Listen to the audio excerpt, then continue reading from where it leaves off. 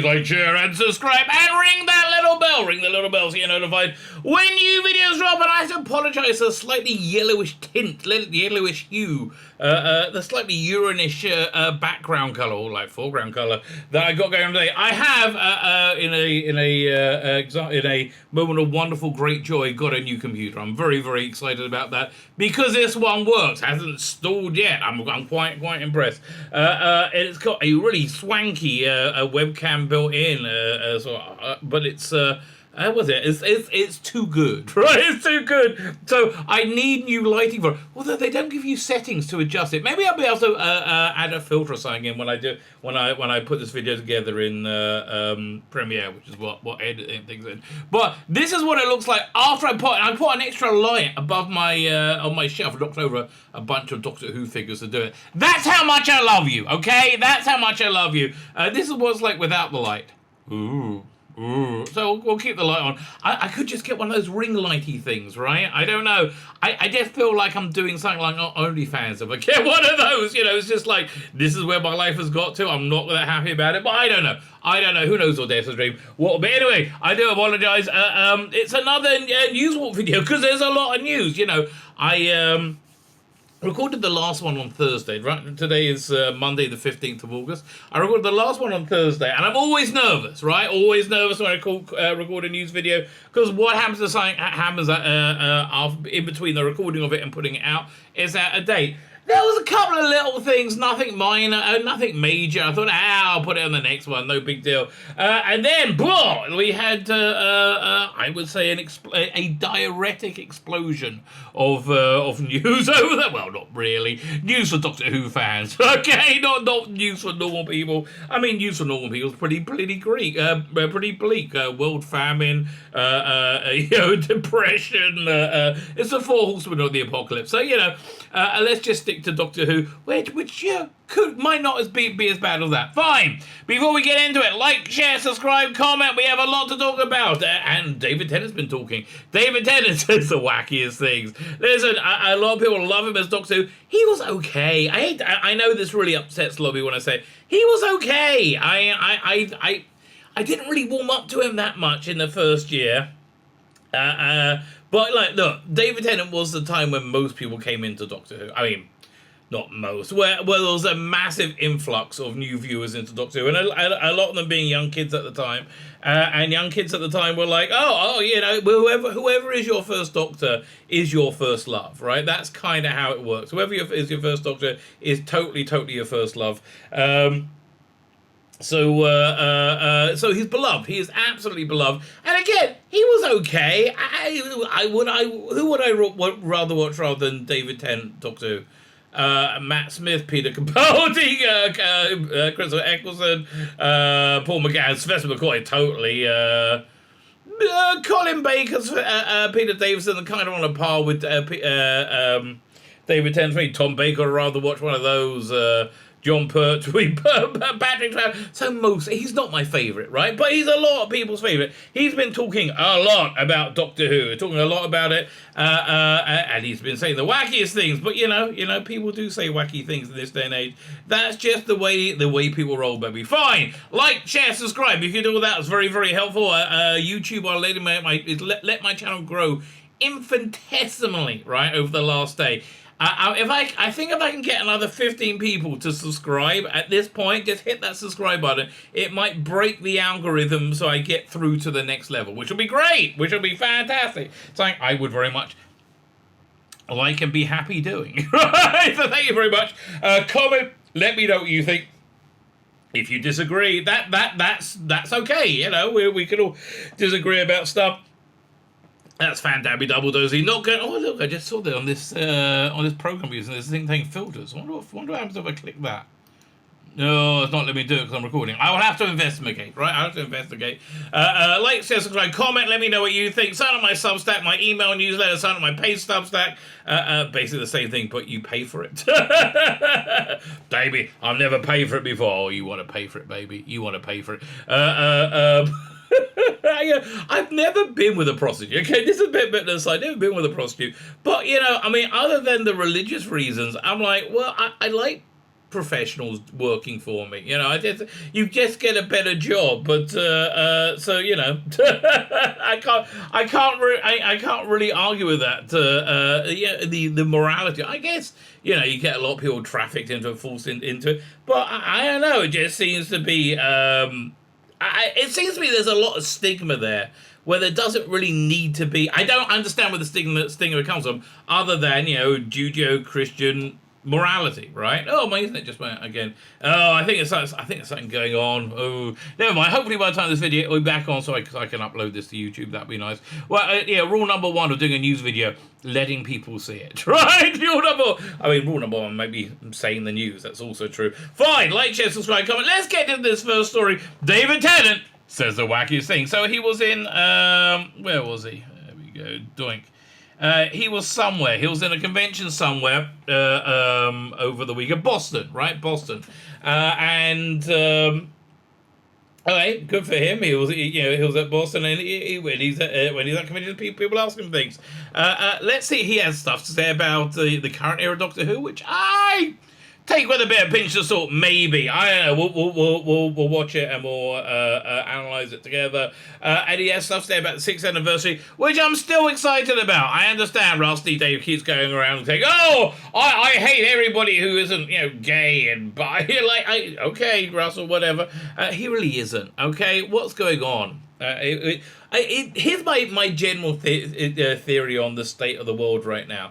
I think that trans people and for what is called left-wing people, not that I think it's left-wing, feel genuinely under assault, under attack, and they are really scared because they're acting like they're really, really scared. Like the LGBTQ plus lobby gets really annoyed if anybody doesn't step in line with their worldview, and they using systems of government to suppress people. So what are they so scared about, right? What is it that's not scared? What are they so uptight about? Is I think they feel invalid. And I think they feel, because they feel invalid, they feel that they are being invalidated by those who don't agree with them. It's not us, mate. It's reality is invalidating you. But that's why I think they have to have all these draconian controls, because they keep feeling like they're being invalidated. And I don't think they like that very much. It's the bottom line. That being said, let's hear what David Tennant has to say. David Tennant speaks on the 6th anniversary. David Tennant gave a few vague hints about his work on Doctor Who's 6th anniversary special while at the Fan Bosto Exmon Sunday, 14th of August. By the way, he sent this really lovely message apologizing to the Emerald City, I think, Con, that he couldn't go to. Mind you, I did see a poster from the Emerald City Antifa saying if anybody sleeps with a white person, they're evil. I mean, I saw that. I was like, really? It's a strange times we're living in.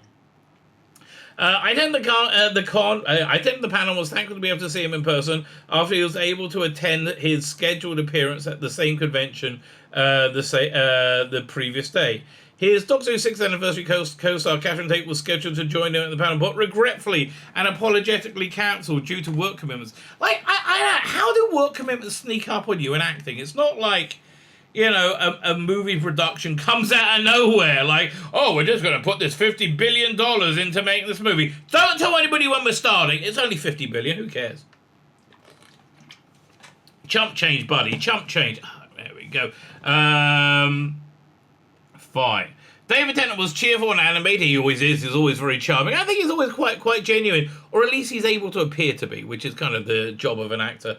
Cheerful and animated, he spoke of his many projects, and he got up from his chair several times, notably to lead the crowd in to sing "Happy Birthday" to a young fan. Oh man, okay, David, don't be awesome, right? Don't be so freaking awesome. See, I love it when you do stuff like. I love it when anybody does stuff like that. Crouched down to demonstrate how he had to look up at his more famous at the time Harry Potter and the Goblet of Fire's co-stars who were provided all provided director's chairs painted with their names on the back. Really? What's his name? What was his name? The red-headed guy. He got a chair. David Tennant. Really? When asked about showrunner Rusty David, oh god, what is that guy's name? I can't remember his character. Overarching plan, talk to Tennant. They say, really, he's not going to tell you. Are you out of your mind, mate? The things that go on. I think you missed out the word "go." Things that go on in Rusty Davis' mind. If only we could have a ferret around in there, it'll be very exciting. I think the carpet might be a bit sticky too, right? I think it might be a little bit a bit on the icky side. I don't know. But be very exciting. I don't know. I don't think it'd be good to crawl about in anybody's psyche. I think you're going to find a lot of weird stuff. You know what movies like that? Eternal Sunshine of the Spotless Mind. I really like that movie. It's with Jim Carrey and Kate Winslet, is it? Maybe. And it's about a guy who there's a service where you can have memories like erased from you, right, overnight. So when you had like a breakup with someone, you can have that person just erased from you. So it happens one night, and it's going on inside his head, and he realizes he doesn't want to do it, right? So he goes scurrying around and hiding in his memories, in his shame and things like that. It's really incredible, really clever. So check that one out. I do recommend it. I know that he's in charge of Doctor Who again, and that's very exciting. And I know that I'm not allowed to say much about that. Yeah, don't worry, mate. Russell will spill plenty of beans. Then he spoke of filming on the 6th anniversary content earlier this year. Content! What is it, right? Nobody knows what the hell this is going to be. But we're all kind of intrigued, that's for sure. Where are we up to? I think what I think is interesting, the fact that Catherine Tate and me, and I, David, and I, may have been filming, you see, but we were slightly unfortunate or fortunate in that we were filming some scenes that were in public, so it had to be admitted we were in it. So most of what's been filmed with other people has all been inside. Ooh, who's it going to be? You're getting me all excited, David. You're getting me, oh, God, I hope it's not Jodie. Oh, I mean, it seems unlikely to me, seeing that Jodie is the face of the absolute destruction and failure of Doctor Who, that everybody genuinely hated Jodie Whittaker's Doctor. When I say everybody, only 90% of her audience ran away. So, it's a bit of hyperbole. So it had to be in middle with it. So lots of people. As far as I know, no one has quite figured out yet what Catherine and I are doing there. I think there's a lot of theory, a lot of speculation. And I'm very excited for people to see the tiny cog we are in Russell's great machine. Ooh, if that's a tiny cog, all those huge explosions and meet the beep and all that sort of stuff, wow, it's gonna be crazy, right? Absolutely crazy. Okay, you look like you're giving a bit of a Hitler salute there, David. Maybe you don't want to do that. Who these other people are remains to be seen. But it did possibly drop a slight hint about the Doctor who portrays the 6th anniversary, rumored to be a different incarnation of the 10th Doctor he previously played. When asked by a fan if he was upset the 10th Doctor didn't speak with his Scottish accent while Peter Capaldi's 12th Doctor did, he wasn't fazed. Is he going to speak with a Scottish accent? It never occurred to me. It's only looking back now you go, oh yeah. And we had Peter was, yes, very Scottish. Jodie was very northern. Chris was, I'm going to give stuff away. When I was going to move on. Ooh. So I wonder. I mean, if one of the guys Sylvester McCoy. That could be. I always get a feeling they want to bring Sylvester McCoy back, right? I think he's probably the Doctor. There's a real urging to bring back now. I mean, there's It was Peter Davison, but they scratched that itch with Time Crash. And I really think Sylvester McCoy might be the one. I think Tom Baker. Listen, unless he's like, doing a first Doctor and a Three Doctors thing, like sitting in his little perch. Tom Baker, yeah, maybe a bit over the hill, right? A bit long in the tooth for it. But Sylvester McCoy, I mean, he's also a little bit over the hill. But it would be fascinating. I do get, that's kind of the vibe I'm getting from it, right? So it's possible Tennant's 60th version of Doctor sounds a lot like him rather than Tennant's Doctor. Possible, but I find that improbable, right? I find that quite improbable. Okay, I'm intrigued to find out. I am very intrigued to find out. But anyway, that's not all he said. So let's look at some video now, which is a wee bit more controversial, right? A little bit more controversial. Let's have a look at this. Turn the sound up.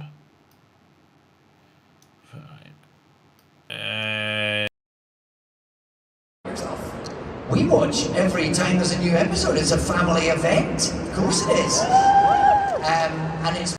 So I guess it was asked, do you watch Doctor Who? It's been wonderful having Jodie to be, to get the kids excited. See, does she though? Does she?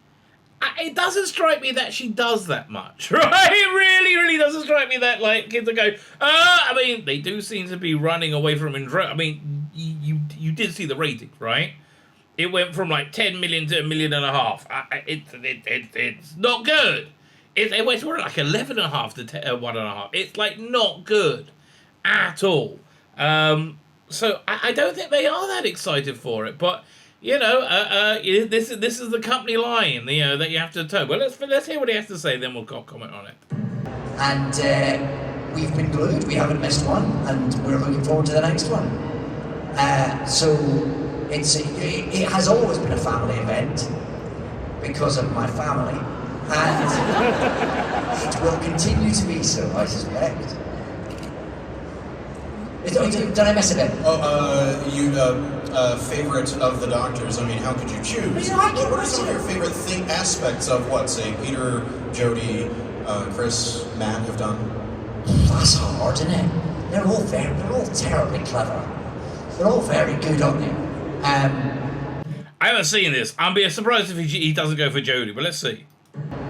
Oh, I don't know. I mean, the Doctor's the Doctor. The Doctor's exciting, whoever, and they're all so great. It feels weird to...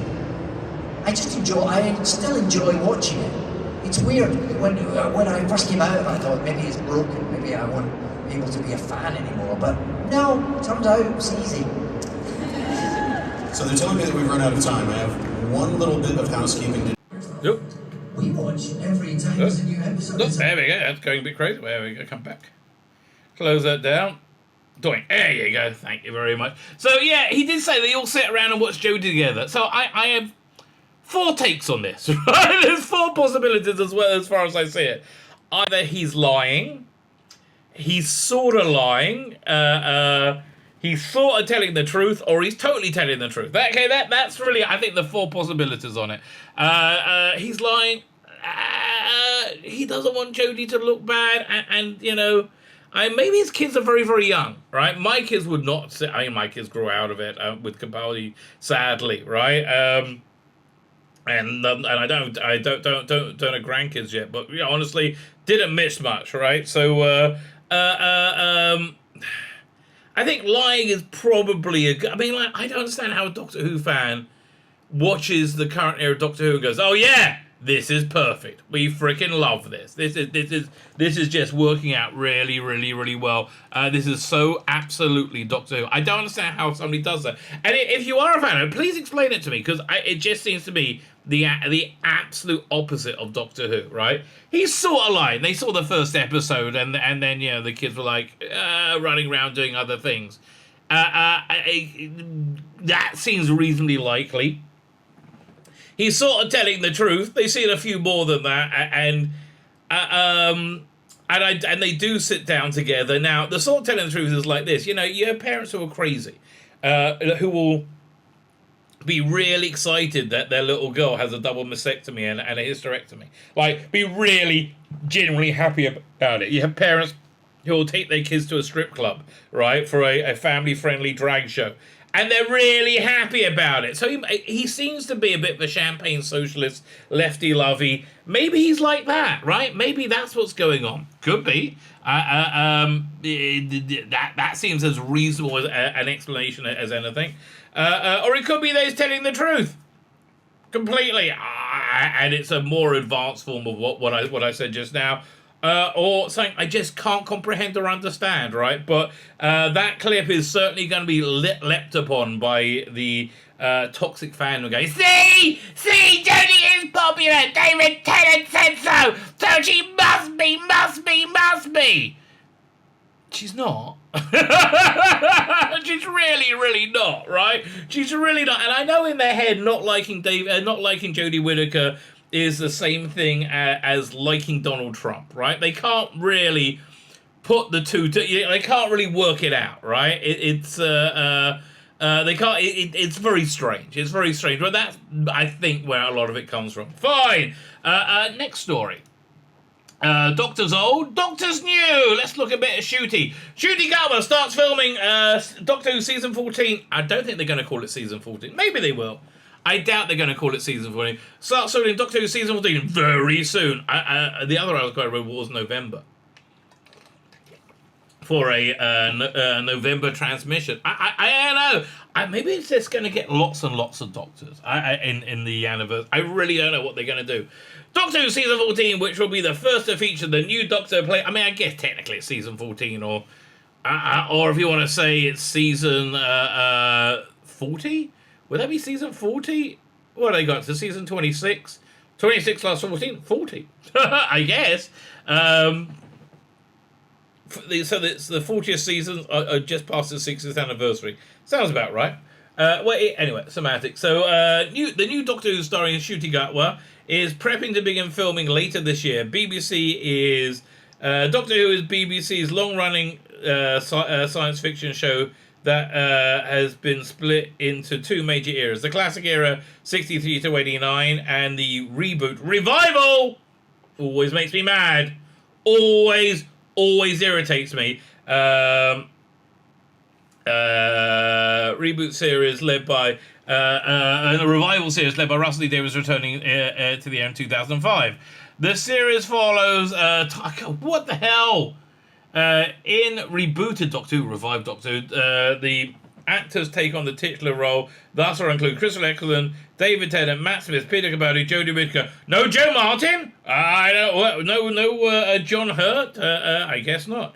Whittaker took over the role in 2017 in The Woman Who Fell to Earth, as the ratings kind of did as well, right? The ratings also very much fell to earth.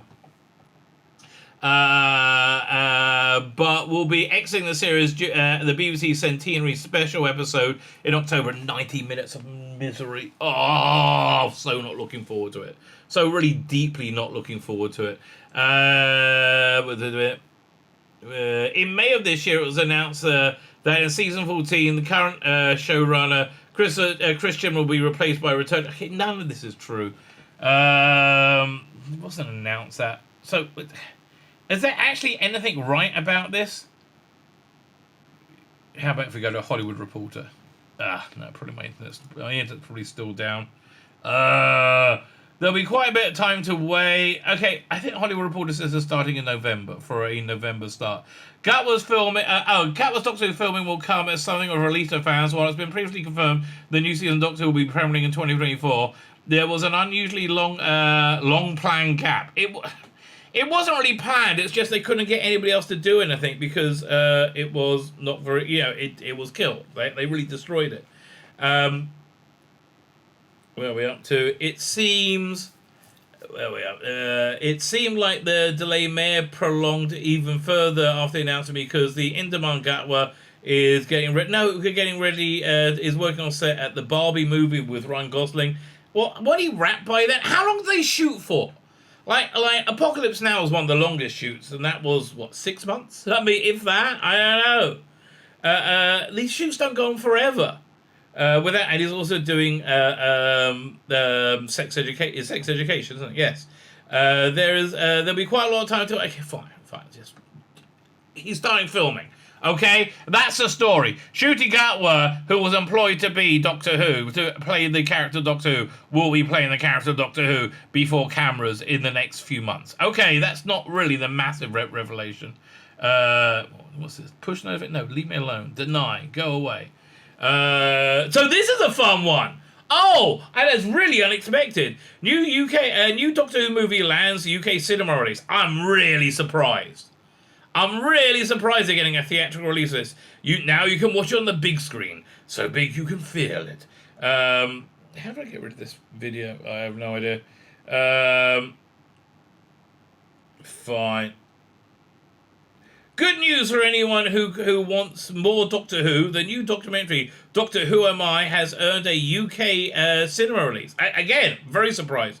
According to Variety, the documentary is getting a UK release sometime in October and will be distributed by Kaleidoscope with a potential release internationally as well. Oh, I don't think. Really? I don't know. I don't see it coming to me in Israel, right? I think it's going to be on iTunes or whatever. The documentary, directed by Vanessa Yule, tells the story of the infamous '96 movie, which made during the gap in the TV series. Yes, it was the Great White Hope, as it were. Where'd that expression come from? Great White Hope. I don't know. Is it racist? I have to think about all these things nowadays, don't you? Oh, it's so excruciating. Talking about this exciting development, Yuli said, we were a small movie with a big heart, and Kaleidoscope saw that right away. It does look like a lot of fun, right? It's all about the not the making of it, like the legacy of it. I really do want to see this.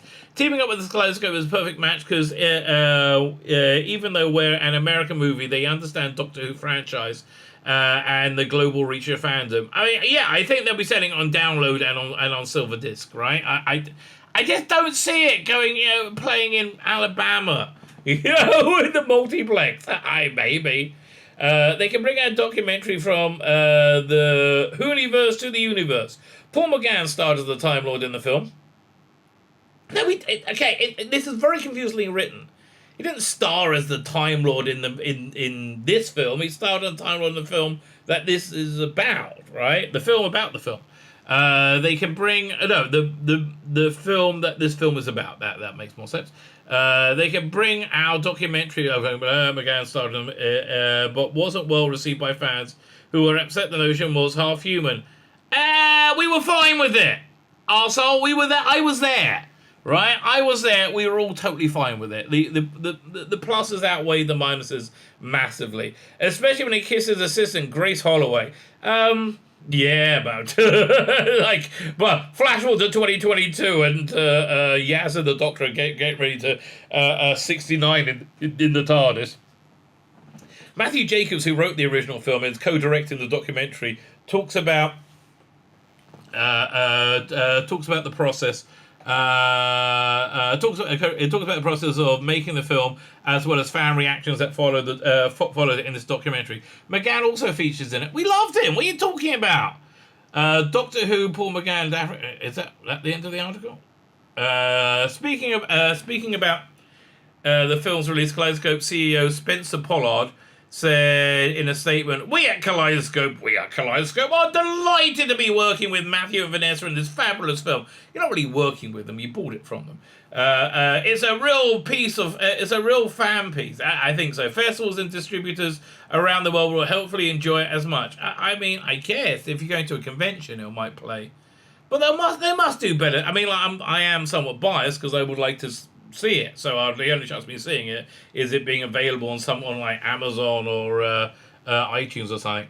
Jacobs added, now more than ever, we need a positive movie about Doctor Who fandom.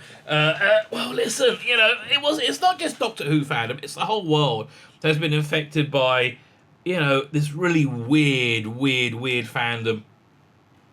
They're weird people that are just, not very happy with anyone. That's kind of and call everybody racist, right? Apparently it's going on in the FBI, the same division. Okay, you just thought it wouldn't go on like a place like that, but no, it does. So we're excited that Kaleidoscope, like audience, have recognised our documentary as essential viewing for all lovers of storytelling. Well, I am excited by that. I actually genuinely am. Oh, this is an interesting thing. We've actually found out something about this cyber industries thing. So cyber industries have been on Twitter a lot recently, and we're trying to work out, is this like something to do with Bad Wolf? Is this something to do with Chris Gimnall and the centenary special? No, it's not that. That's way too much work. They wouldn't do that. It's a bunch of fans who are taking the piss, essentially. And honestly, I kind of, even though I disagree with their sentiment, they're about anti-guns. I like the tongue-in-cheek way that they get their message over, right? If only just the whole gun debate in America wasn't full of so many lies and bollocks, which so many things are full of lies and bollocks. Lies and bollocks. What a strange combination. So yeah, I mean, there you find them on Twitter. So it's the right to bear arms, right? And they were selling cyber guns. Got things like this. What was it? In the weeks ahead, Cyber's members will vote for our next representative in UK Parliament. Although voting isn't open to the general public, you can learn more about our candidates' policies in tonight's live televised debate. Okay, and they got future say. Yeah, look, it's a piss take. It's a fan piss take. That's well done, right? And so well done to you, sir. Well done to you. Oh, this is a funny little story. Check this out. Doctor Who nominated for Best Fantasy Series at the Saturn Awards 2022. I've never. It seems to be a pretty quick and easy way to invalidate the Saturn Awards, right? How? Let me read this, because they're going to juxtapose this with a really fascinating thing. Doctor Who continues to get recognition it deserves, and it's amongst the nominees for the Saturn Awards 2022. It strikes me there are activists on the panel who do not want to see Jodie Whittaker fail, even though she's failed. Look, it's over. I want to tell you, it's over. It didn't work out, right? It wasn't successful. It just didn't work out, right? It did not work out. I'm sorry it didn't work out. I wish it did work out. I wish it did work out, right?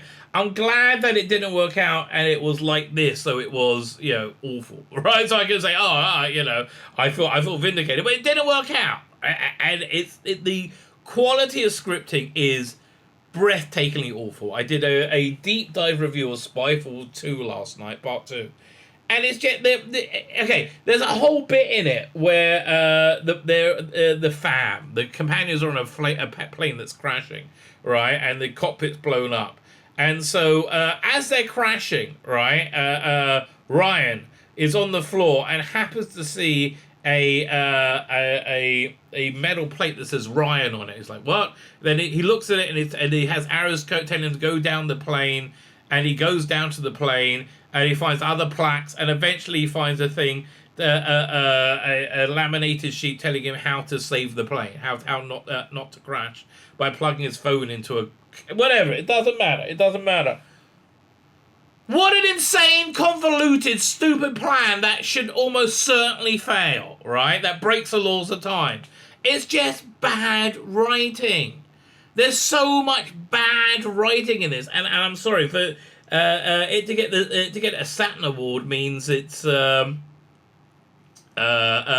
for a Saturn Award. It devalues the Saturn Award. Let's see what else we got. The hit sci-fi series. It's not a hit anymore, mate. I'm sorry, it isn't. Received a nod in the best sci-fi fantasy television series category, and it's up against DC's Stargirl, CBS's Ghost, NBC's La Brea, Netflix is Riverdale, and Starz is Shining Veil. God, what a collection of mediocrity. What about Raised by Wolves? That was actually good quality. No, I guess not. No. Okay. The Academy of Science Fiction and what was it on the upcoming awards event, and the honors the best Hollywood genre projects. I mean, strangely, Wells was better than this. The Academy of Science Fiction, Fantasy and Horror, which organised the event and the nominations on Friday, August 12th, revealing that the winners will be live streamed in a ceremony in October 25th. Batman leads the pack with 12 nominations. That is boring. Okay, if you haven't seen what's it called again? The Batman. Here's what you do: you get Batman Begins, and you play it at half speed with the lighting turned down. Right? It's basically the same thing. Yeah. And look, you're missing out Jeffrey Wright's Commissioner Gordon.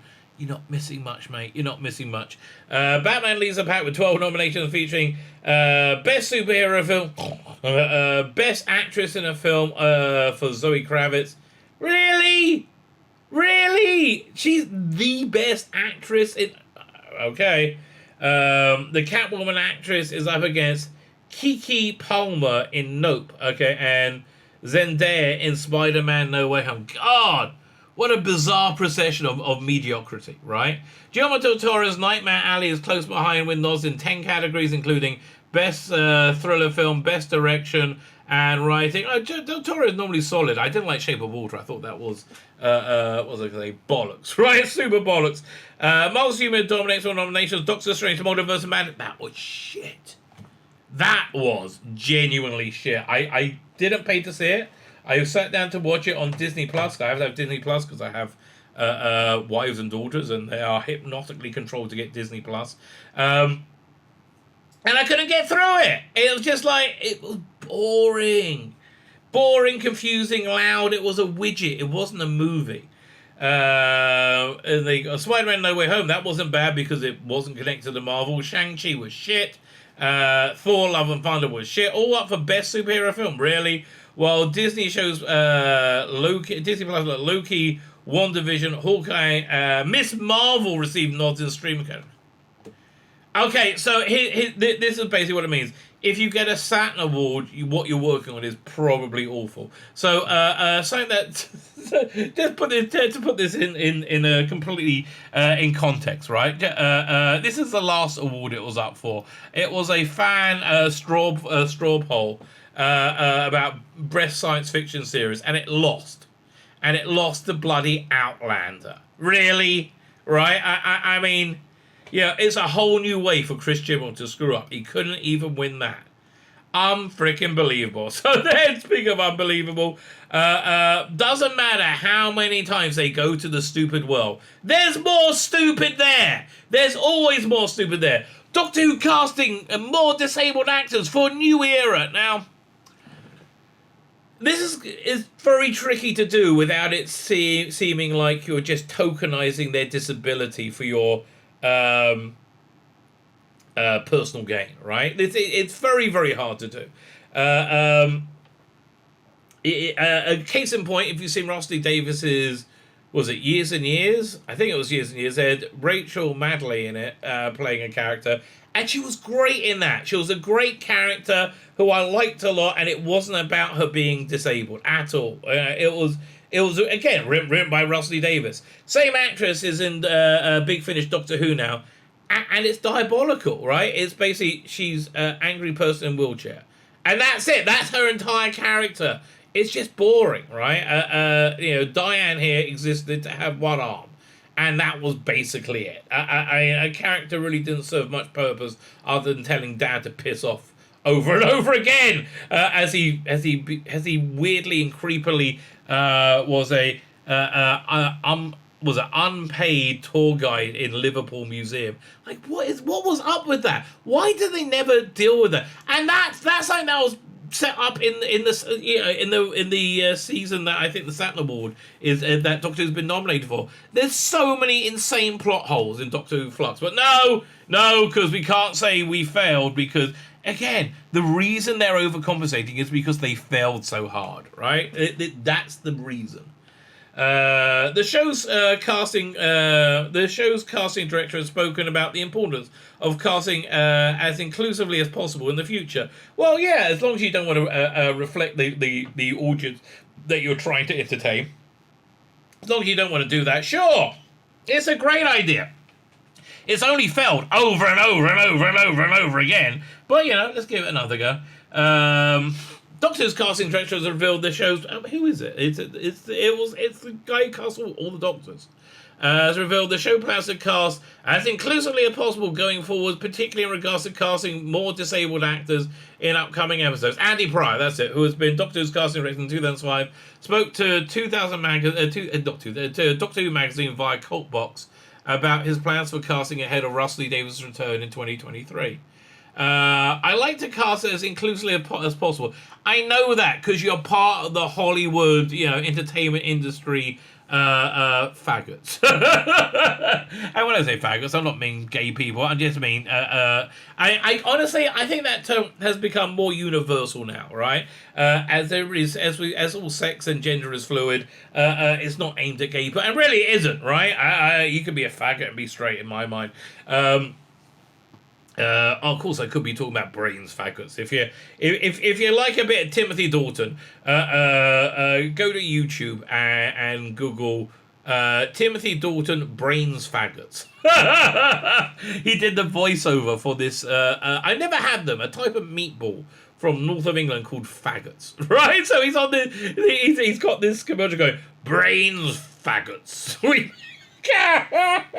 We make them with love and care. We certainly don't put them in our bottoms. No, brains faggots.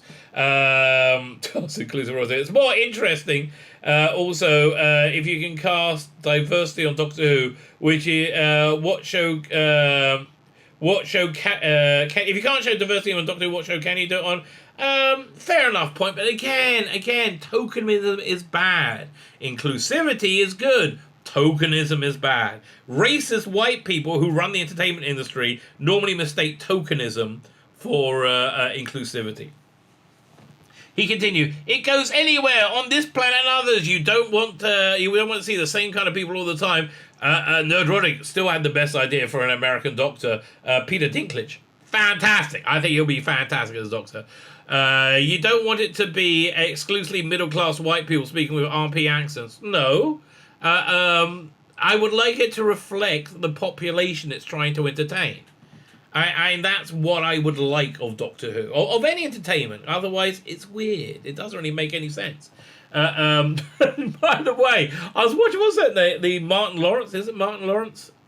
I can't remember. There's a movie on Netflix just came out called Day Shift about a vampire bounty hunter who's not a vampire, but he bounty hunts. Anyway, it was a comedy, and I couldn't get the jokes. I just couldn't work it out, right? I couldn't work it out. And then I saw in the titles, it's by Tyler Perry, right? So that movie, you got to know what the audience is. If you're lucky enough to be in America, go to a lower income black neighborhood, and a nicer one, and watch the movie there.